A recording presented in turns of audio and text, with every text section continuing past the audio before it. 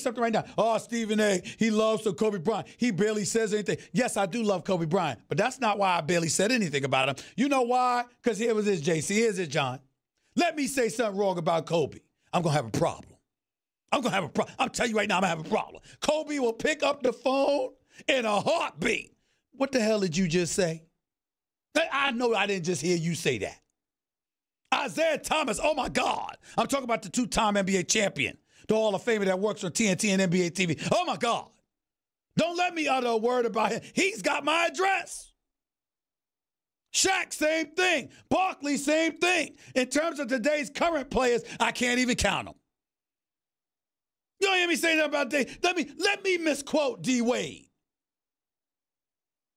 Because he's getting ready to retire, so I can tell y'all this. Let me misquote him. Let me misrepresent his position. I'm going to have a problem. I say it affectionately. Because we're cool, even though I don't talk to him much, I don't bother him much. Oh, my God, don't let me say something about Chris Paul. I ain't going to lie to y'all. The secretary, who can get in the way of Chris Paul getting to me? Because, my God, you uttered the wrong word about him. Chris Paul going to check you. Make no mistake about it. So you got a license. Even though you have a license, it resonates exponentially more when you know that a person has spoken to you and they have given you insight. You don't just ignore it. You appreciate it. And you move accordingly. Not talking to somebody, you've empowered them. Kevin Durant never said, I don't talk to Ethan Strauss. He said, he don't speak to me. He hasn't spoken to anybody. And if you're a reporter that's called out like that, you have to respond. And I'm anxious to see what Ethan Strauss's response is going to be.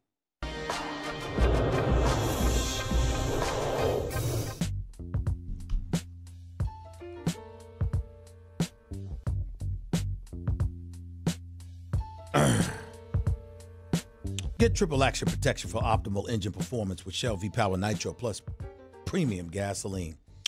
Plus, ESPN Radio is presented by Progressive Insurance, making it easy to bundle your home and car insurance. Welcome back to the Stephen A. Smith Show right here on ESPN Radio and ESPN News. 888-SAY-ESPN is always the number to call up. That's 888-729-3776. Before I get to anything else, I wanted to revisit something that LeBron James said. On another matter, LeBron James, if you recall the other night, complained because Harrison Barnes had gotten traded. Harrison Barnes, then of the Dallas Mavericks, had gotten traded to the Sacramento Kings. LeBron was talking about how the player was still in uniform, playing in the game, on the bench, and then got traded. He wasn't aware at the time that he wasn't aware that Harrison Barnes had been informed of the possibility that he might be traded and given a choice whether to play or not, and that he had decided and elected to play. So LeBron spoke out about it on an Instagram post.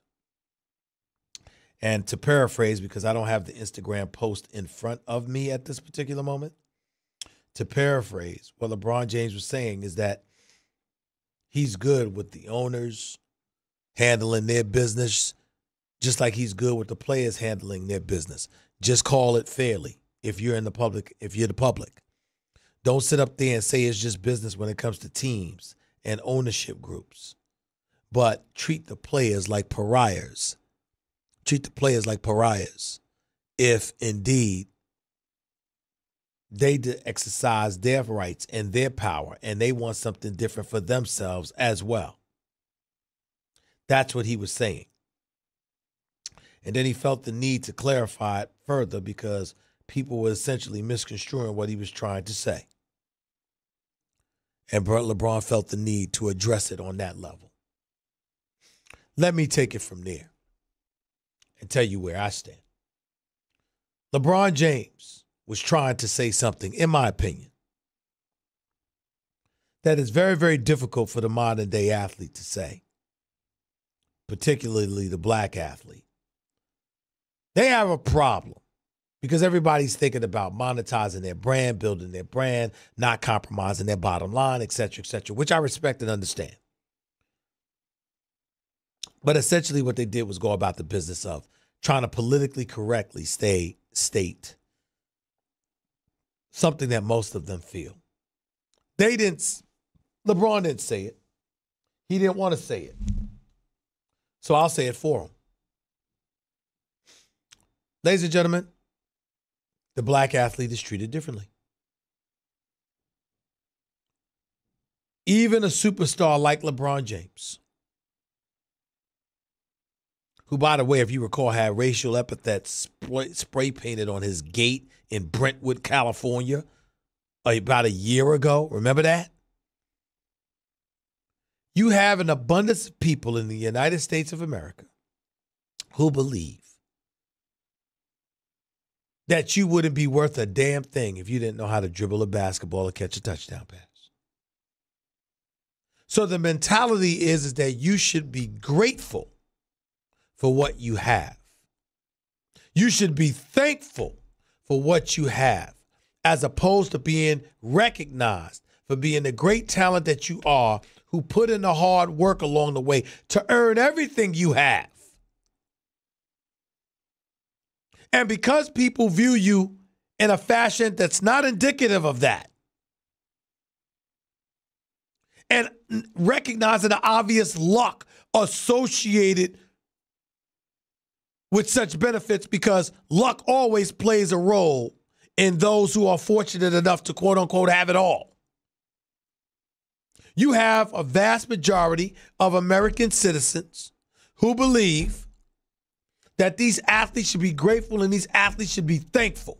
So at any moment in time, when you flex your muscle and you exercise your prowess, you acknowledge your prowess and then you exercise it. They're ready to lose their minds because folks are treating you like, who the hell do you think you are? Now, as my man Max Kellerman explained on First Take this morning, it's happened to white athletes too. Back in the day, even before the sports world was integrated, and to a lesser degree, even after it was integrated, but there was still a paucity of African-American athletes.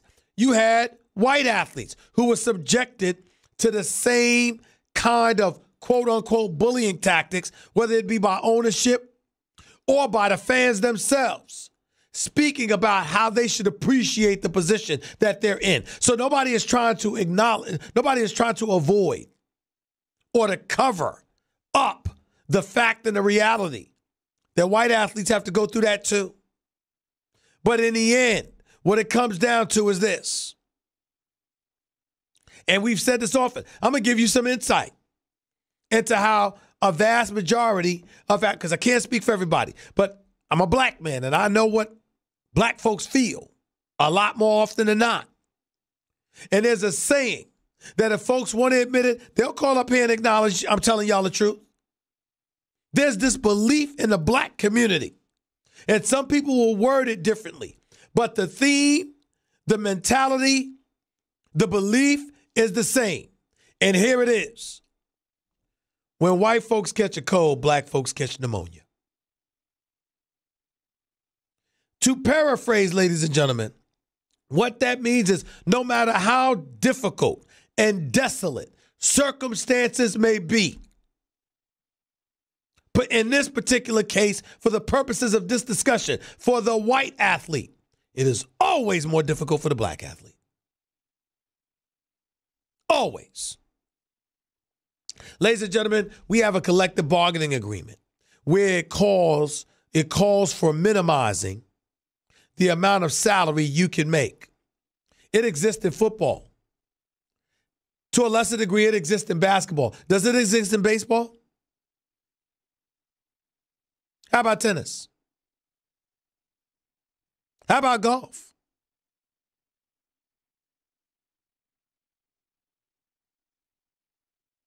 You know, where are these collectively bargained agreements that limit your earning power. Now, I can't sit up there and tell you definitively what the amount is, but I once heard that Phil Mickelson makes over $40 million annually for one endorsement. That's what I once heard. Some pharmaceutical product or whatever it is. I don't know what the hell it is. Hollywood, they make $20 million a film. I understand that Denzel could do that now.